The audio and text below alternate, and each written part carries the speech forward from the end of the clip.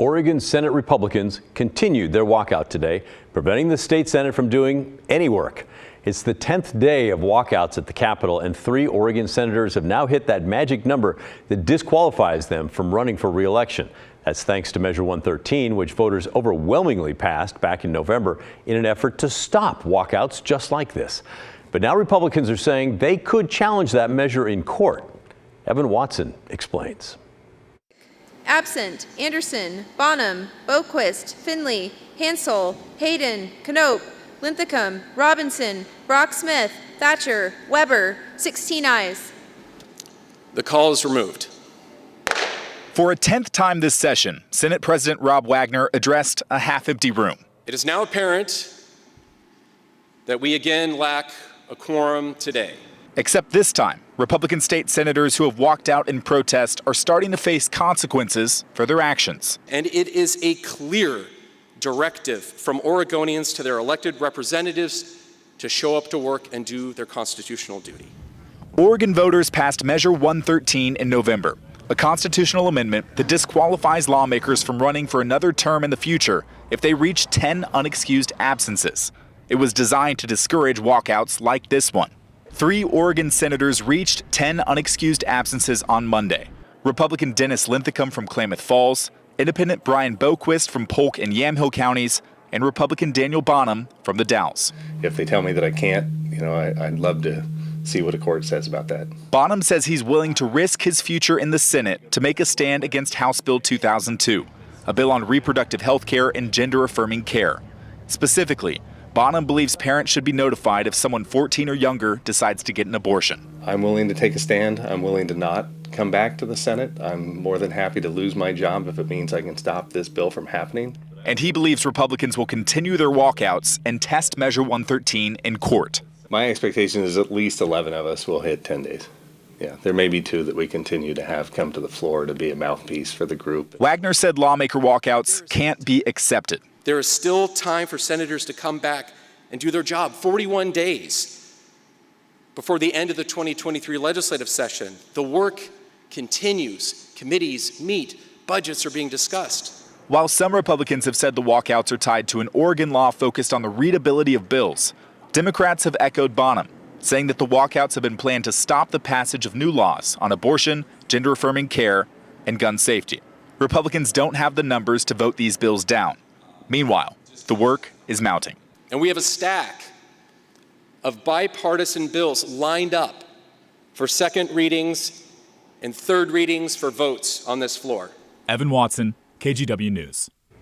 Thanks, Evan. By the way, Evan had more comments from Senator Bonham that he couldn't get into his report, but because we know you like deep dives, we're going to share some more of his comments.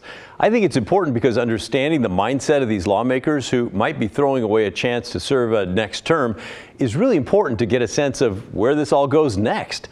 And we care about that because until this walkout is fixed, billions of dollars affecting hundreds of thousands of people are in limbo. Bonham seemed to know this was going to happen.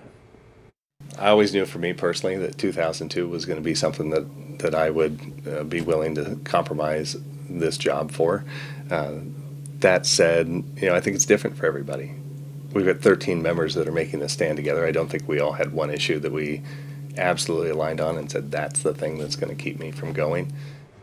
One of the things that's now clear, though, is Republicans like Bonham are willing to challenge Measure 113, either the law directly or who decides unexcused absences and what the criteria is for that. And you may not be able to say that ballot Measure 113 is a viable law once it's challenged in court. And I do think that that's going to be the case.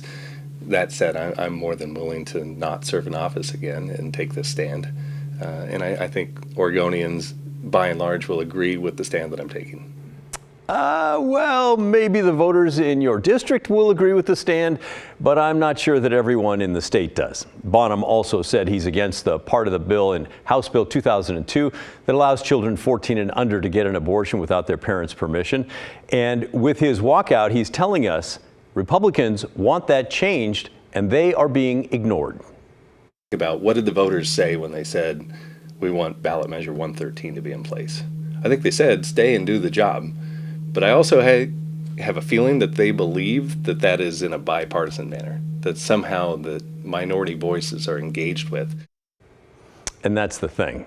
All right, here's my opinion on this. First, at least Bonham is dropping the nonsense about the bill summaries being readable. If you missed it, that's been the Republicans' main excuse for the walkout, and it's a bunch of baloney.